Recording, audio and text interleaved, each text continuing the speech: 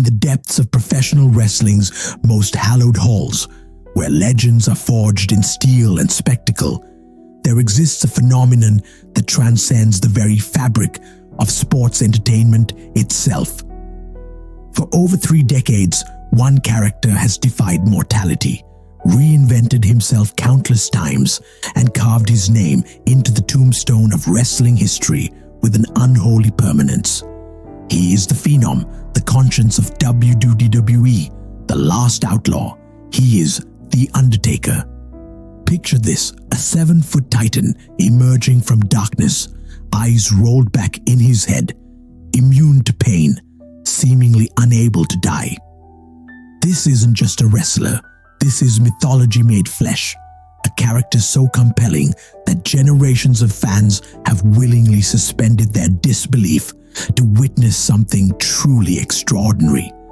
From graveyards to motorcycles, from purple gloves to MMA gloves, The Undertaker's evolution represents the greatest character arc in professional wrestling history. Mark Calloway didn't just play a character, he became an institution, a dark guardian who watched over WWE through its brightest days and darkest nights. Tonight, we journey through the shadows, examining every incarnation of this immortal warrior. We'll witness his transformations, his resurrections, and his ultimate ascension to immortality. This is the story of how a man became a legend, how a gimmick became a legacy, and how The Undertaker conquered death itself, one match at a time. So dim the lights, hear that iconic gong, and prepare yourself, because the spirits have been calling, and the Deadman is about to take you on a journey beyond the grave. The Western Mortician, birth of a phenomenon, 1990 to 1993. When The Undertaker made his shocking debut at Survivor Series 1990, wrestling had never seen anything quite like him. Managed by the devious Brother Love before being passed to the legendary Paul Bearer, this original incarnation was a bizarre fusion of Old West Undertaker and supernatural entity. Dressed in grey with purple gloves, moving with the deliberate pace of death itself, this version of The Undertaker was genuinely unsettling.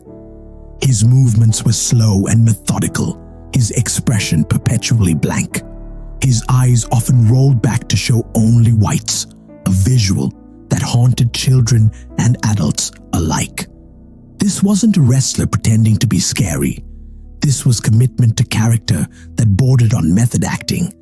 He would sit up from devastating attacks as if powered by forces beyond human comprehension, no-sell his opponent's offense with an almost bored indifference, and stalk his prey with the patience of the inevitable. The grey and purple attire gave him an almost corpse-like appearance, while Paul Bearer's urn supposedly contained the source of his supernatural power. This era established the foundational mythology. The Undertaker was not entirely human, could not be kept down, and served as an agent of darkness. His feud with the Ultimate Warrior, his dominance over Jake the Snake Roberts, and his first WWE Championship victory against Hulk Hogan established him as a legitimate main event force. The presentation was pure gothic horror, funeral dirges, dim lighting, and Bearer's shrill voice warning of impending doom. The Purple Prophet, embracing the dark side, 1993 to 1996. As The Undertaker evolved into the mid-1990s, his character deepened considerably. The grey gave way to rich purple and black, and the character became more explicitly supernatural. This version was darker, more confident, and increasingly comfortable with his otherworldly persona. The purple gloves became iconic, his hat became more prominent, and his entrance grew longer and more theatrical. This was the era of the body bag matches, the casket matches, and feuds that pushed the boundaries of wrestling's reality.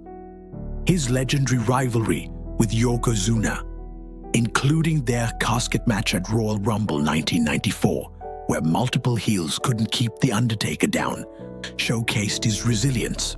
But this period also introduced vulnerability. The Undertaker could be overwhelmed, as evidenced by his death at that same Royal Rumble, where he appeared to ascend to the heavens on the arena screen. His eventual return months later demonstrated the character's first major resurrection, establishing a pattern that would repeat throughout his career.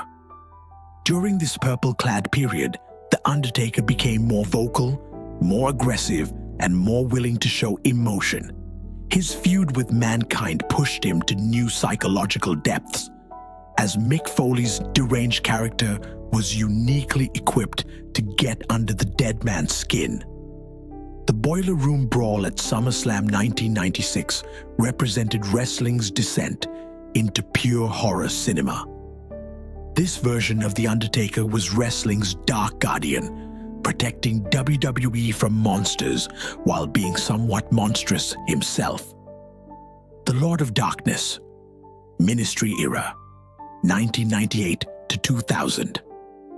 The Attitude Era demanded evolution, and The Undertaker delivered perhaps his most controversial and theatrical transformation.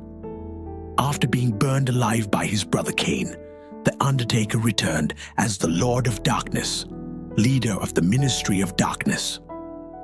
Gone with the purple accents, this was The Undertaker in pure black, with a new symbol, an occult-looking hybrid of Ankh and Cross called the Undertaker symbol. This version was explicitly evil, sacrificing people, attempting to marry Stephanie McMahon in a dark wedding ceremony, crucifying Stone Cold Steve Austin, and leading a cult-like faction. His entrance featured druids carrying torches, pentagrams appeared on screens, and Paul Bearer returned as his servant rather than manager. The Lord of Darkness was The Undertaker at his most supernatural and least human. He spoke of sacrifices, higher powers, and dark rituals. His appearance changed too. Longer hair, goatee, sometimes wearing robes over his ring gear, creating a satanic priest aesthetic. The Ministry storyline, culminating in the revelation that Vince McMahon was the higher power all along, may have ended awkwardly, but this version of The Undertaker was genuinely menacing. He felt dangerous, unpredictable, and willing to cross any line. The corporate ministry phase saw him briefly aligned with McMahon, before transitioning away from the supernatural towards something more grounded.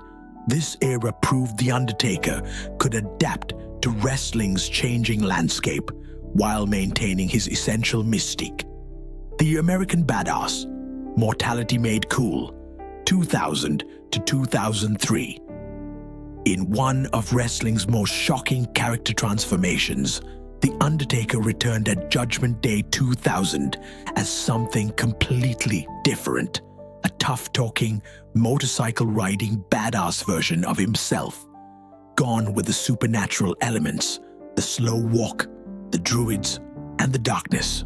In came bandanas, leather, sunglasses, American Badass by Kid Rock as entrance music, and Harley Davidson. This was Mark Calloway playing a version closer to his real personality, a Texas native who loved motorcycles, metal music, and kicking ass. The change was jarring but necessary. Wrestling had become more realistic, and The Undertaker needed to evolve or risk becoming outdated. As the American Badass, he was faster in the ring, more aggressive on the microphone, and engaged in more contemporary storylines. He feuded with Triple H, battled DDP, and later transitioned into the Big Evil persona, an even more heelish version featuring entrance music by Limp Bizkit and a more ruthless attitude. During this period, The Undertaker cut his hair short, wore bandanas and do-rags, and presented himself as WWE's toughest, legitimate fighter. He married Sarah publicly, defended her honor against DDP's stalking storyline, and showed more human emotion than ever before. This era divided fans. Some loved seeing The Undertaker's personality shine through, while others missed the supernatural mystique. However, it extended his career by allowing his body to recover from the physical toll of his slower, more methodical style. The Big Evil version, particularly from 2002 to 2003, was perhaps The Undertaker at his most villainous as a biker heel, cheating to win and showing no remorse. The Deadman returns, classical resurrection, 2004 to 2007. At WrestleMania 20, the conscience of WWE, Legend Phase, 2010 to 2020. As The Undertaker entered his 50s, his appearances became increasingly special, and his character evolved into something more, the conscience of WWE itself. He became the standard bearer for tradition, respect, and excellence. His matches, now limited to WrestleMania and special events, carried enormous weight. The streak became the most protected accomplishment in wrestling until Brock Lesnar shockingly ended it at WrestleMania 30 in 2014, a moment that left fans in stunned silence.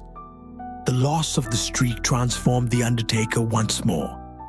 He became more human, more vulnerable, yet somehow more respected. His subsequent matches with Bray Wyatt, Shane McMahon, Roman Reigns, John Cena, and finally AJ Styles represented a veteran working through accumulated damage while trying to maintain his legendary status. Some matches were spectacular. Others revealed his physical limitations. The final years saw returns to both Deadman and American Badass personas, including a nostalgia-filled return as the biker at Extreme Rules 2019. His last match, a cinematic boneyard match against AJ Styles at WrestleMania 36, allowed creative editing to present The Undertaker at his best one final time. This era was about legacy, about The Undertaker as an elder statesman, about one final ride. His retirement at Survivor Series 2020, 30 years after his debut at the same event, closed the circle perfectly. This version of The Undertaker wasn't just a character anymore. He was professional wrestling's living history, a bridge between eras, a reminder of when larger-than-life characters could captivate the world. The Undertaker had become immortal, not through supernatural kayfabe, but through the genuine immortality of legend, his place in wrestling history secured forever, his influence immeasurable, his legacy untouchable. Rest in peace, Deadman. Your legacy will never die.